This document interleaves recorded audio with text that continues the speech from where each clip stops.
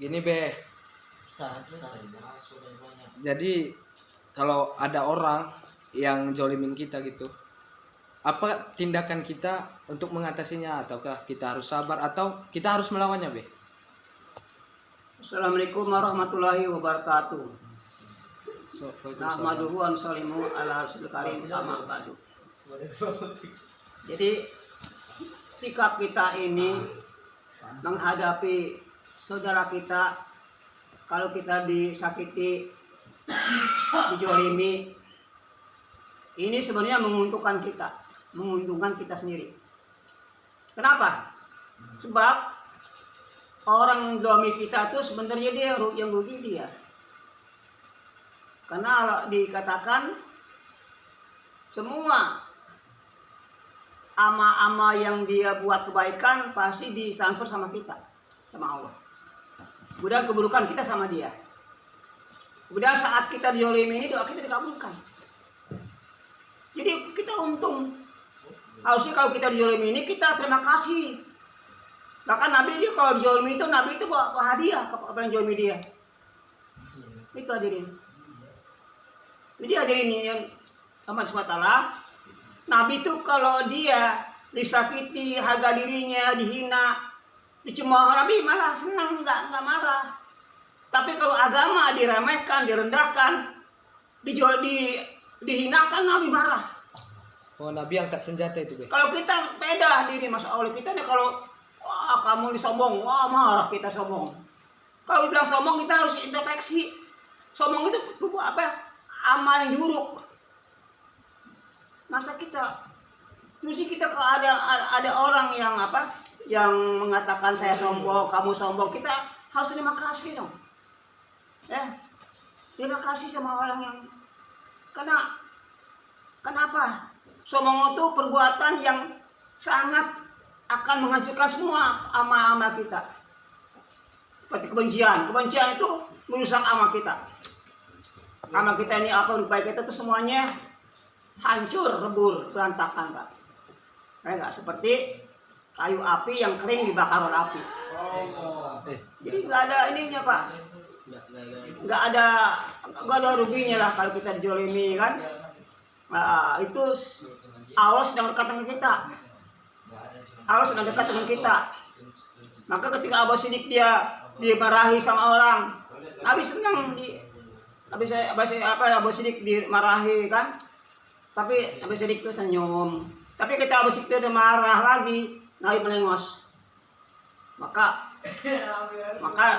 Nabi katakan, ya Rasulullah, kenapa ketika ada orang yang marah-marah sama aku, kau senyum, tapi ketika aku marah lagi kau melengos? Karena ketika kau diomelin tapi kau tetap sabar, aku lihat malaikat itu berkerumunan, malaikat rahmat. Itu Pak. Jadi dalam jangan mencikapi kita anu jolim ini, kita harus punya sifat apa? Kasih sayang. Kita punya akhlak ajimah. Keburukan baik dengan kebaikan. Itulah akhlak Nabi yang kita harus contoh teladan Pak. Contoh teladani. Karena kalau kita hidup ini ingin saja kita ini pengen dihormati, pengen dibanggakan, itu sifat yang tercela.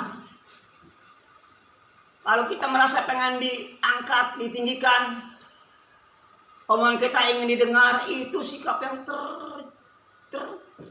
terburuk di mata Allah atau di mata manusia. Jadi kita harus tunjukkan sifat hamba, merendah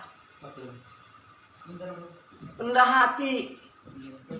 Walaupun kita ini orang yang punya kedudukan, tapi kita rendah hati. Walaupun kita orang kaya, rendah hati. Ini Pak sikap yang terpuji. Oh, sekalipun pejabat itu be. Pejabat, kalau pejabat yang rendah hati, orang kaya yang rendah hati, itu yang harus senangin. Kaya itu Pak, kaya hati, bukan kaya harta. Itu kaya hati lapang dada. Makanya hati-hati Pak.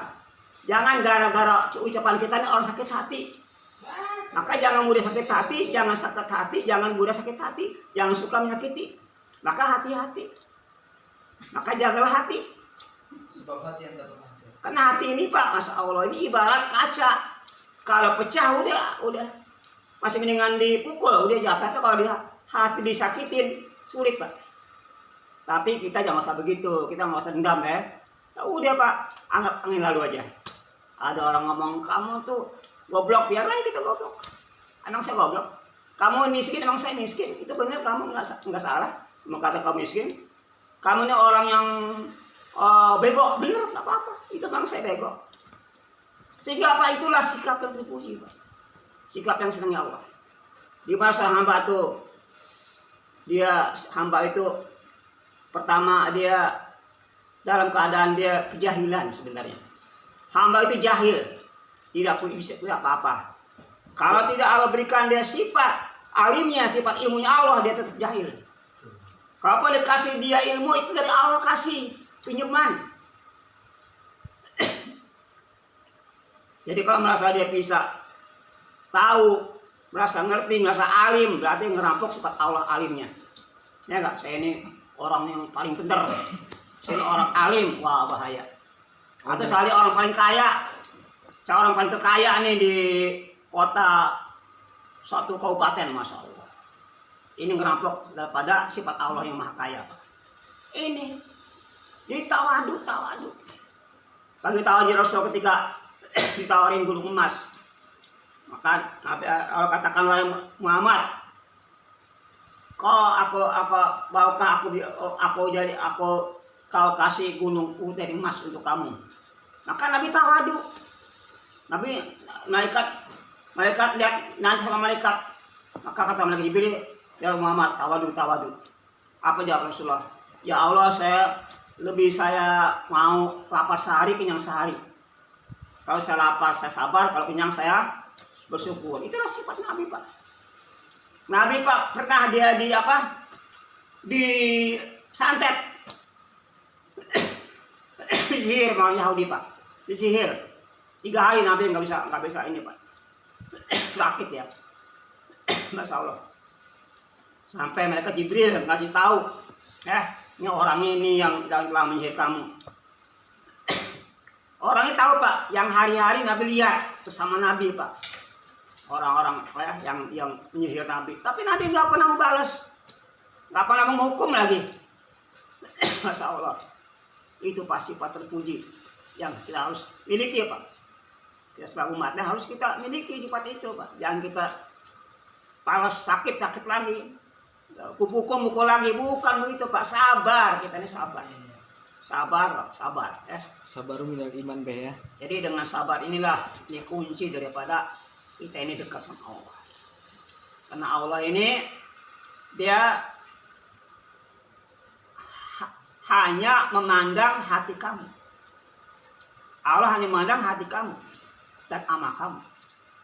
Kalau nggak memandang daripada harta kamu dan kaya kamu, tapi hati kamu sejauh mana dia tawadhunya kepada Allah. Itulah yang Allah pandang. Kehadiran yang dimati Allah SWT. Jadi sikap kita nih sebagai hamba Allah nih tampilkan, saya lemah, yang kuatnya Allah. Saya miskin, yang kaya hanya Allah. Nah, ini tampilkan Pak. Maka kita nih di hadapan Allah mulia. Nah, tapi kalau merasa kita merasa kita orang yang terkemuka, kita merasa orang yang terpandang, maka itulah orang-orang yang paling tidak ada harganya di mata Allah, yang tidak ada nilainya baik di pandang Allah maupun di pandang manusia, tidak ada harganya. Maka kita harus tawadu, rendah hati. Siapa ya? Mudah-mudahan kita senantiasa ini kita selalu Allah bimbing. Allah Pak ini memberikan kita Pak tiap hari ini ilmu-ilmu yang tidak akan habis Pak, diberikan kepada seorang hamba ini. Hamba yang hati lembut, hamba yang hatinya senantiasa dia selalu menginginkan hidayah Allah. Ini Allah selalu memberikan namanya ilmu-ilmu yang Allah berikan yang langsung dari Allah bagi hamba yang hatinya lembut. Itu kita mudah-mudahan kita diberikan disemakan dalam amal. Assalamualaikum warahmatullahi wabarakatuh. Ya terima kasih Be atas anunya singgung.